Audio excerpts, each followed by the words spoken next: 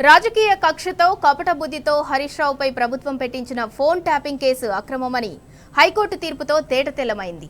ప్రశ్నించే గొంతులను నొక్కేస్తూ ప్రతిపక్షాలపై తప్పుడు కేసులు బనాయిస్తున్న రేవంత్ సర్కార్కు న్యాయస్థానం చెంపపెట్టు సమాధానం చెప్పింది. హరీష్ రావును ఎంత అణచివేయాలని చూస్తే అంతగా ప్రజాసేవలో దూసుకెళ్తారని బీఆర్ఎస్ శ్రేణులు, తెలంగాణ వాదులు చెబుతున్నారు.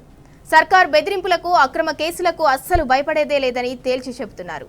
ఇప్పటికైనా ప్రభుత్వం ప్రతిపక్షాల మీద కక్ష సాధింపు చర్యలు మానుకుని పాలనపై దృష్టి పెట్టాలని హితవు పలుకుతున్నారు. ప్రజాస్వామ్యంలో ప్రజలే తుది న్యాయాధిపతులు. అవినీతి, కక్ష సాధింపు పాలనను ఎప్పటికీ సమర్థించరని హెచ్చరించారు. డిసెంబర్ 2024 రోజున గౌరవ మాజీ మంత్రి హరీష్ రావు గారి పైన మరియు రాధాకృష్ణరావు గారి పైన ఒక ఎఫ్ఐఆర్ చేయడం పంజగుట్ట పోలీస్ స్టేషన్లో జరిగింది. అది ఏంటంటే చక్రధర్ గౌడ్ అని చెప్పి సిద్దిపేటకు చెందిన వ్యక్తి. అందులో నన్ను 2023లో థ్రెట్ చేసిండ్రు, బాగా నన్ను రాజకీయంగా ఎదగనీయకుండా చేసిందని చెప్పి ఒక కంప్లైంటు ప్లస్ ఫోన్ ట్యాపింగ్ అయిందని ఒక కంప్లైంట్ చేయడం జరిగింది. ఆ కంప్లైంట్లో అసలు ఏ మాత్రం కూడా సెక్షన్ 386, సెక్షన్ 409 అవి ఏ కూడా అసలు అట్రాక్ట్ కావు. అసలు ఇచ్చిన కంప్లైంట్కు పెట్టిన సెక్షన్లకు సంబంధం లేదు.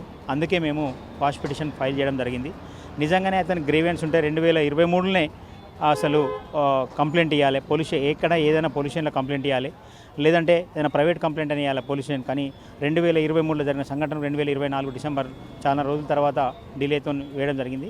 కేవలం అతడు కూడా అప్పటి కూడా అతను ఒకసారి కంటెస్ట్ చేసి ఎలక్షన్ కమిషన్ కూడా ఉండే, దాని మీద కూడా కంప్లైంట్ ఇచ్చే అవకాశం ఉండే, అతను కూడా ఇవ్వకుండా మొట్టమొదటిగా ఒక డీజీపీకి గత సంవత్సరం 2024లో డీజీపీకి ఒక కంప్లైంట్ ఇచ్చి ఆ కంప్లైంట్ మీద ఒక రిట్ పిటిషన్ కూడా వేయడం జరిగింది. ఆ రిట్ పిటిషన్ వేసిన తర్వాత కాంగ్రెస్ పార్టీలో జాయిన్ అయిన తర్వాత ఇది మళ్ళీ దాన్ని విత్డ్రా చేసుకొని ఇలా ఈ కంప్లైంట్ చేయడం జరిగింది. Complaint fake complaint, baseless complaint అని చెప్పి ఇలా కోర్టు దాన్ని క్వాష్ చేయడం కూడా జరిగింది. ఎఫ్ఐఆర్ను 1205. ముఖ్యంగా ఏంటంటే అసలు చక్రధర్ గౌడ్కు 2006 నుంచే నేర చరిత్ర ఉంది. ఆయన ఫేక్ కరెన్సీ కేసులో కూడా సిద్దిపేటలో అరెస్ట్ కావడం జరిగింది. ఆ తర్వాత 13 కేసులు, ఒక రేప్ కేసు కూడా అతని మీద ఉంది. చాలా కేసులు పెండింగ్లో ఉండే, చాలా కేసులు కొట్టేసి, చాలా కేసులు పెండింగ్లో ఉండే. ఇంకోటి ఏంటంటే ఇచ్చిన కంప్లైంట్లో కూడా ఎక్కడ కూడా అసలు ఏం అంటే దీనికి స్పెసిఫిక్గా ఈ అలిగేషన్ ఉందని చెప్పి చెప్పలేదు. మోర్ ఓవర్ డిలే కూడా చాలా డిలే ఉండే.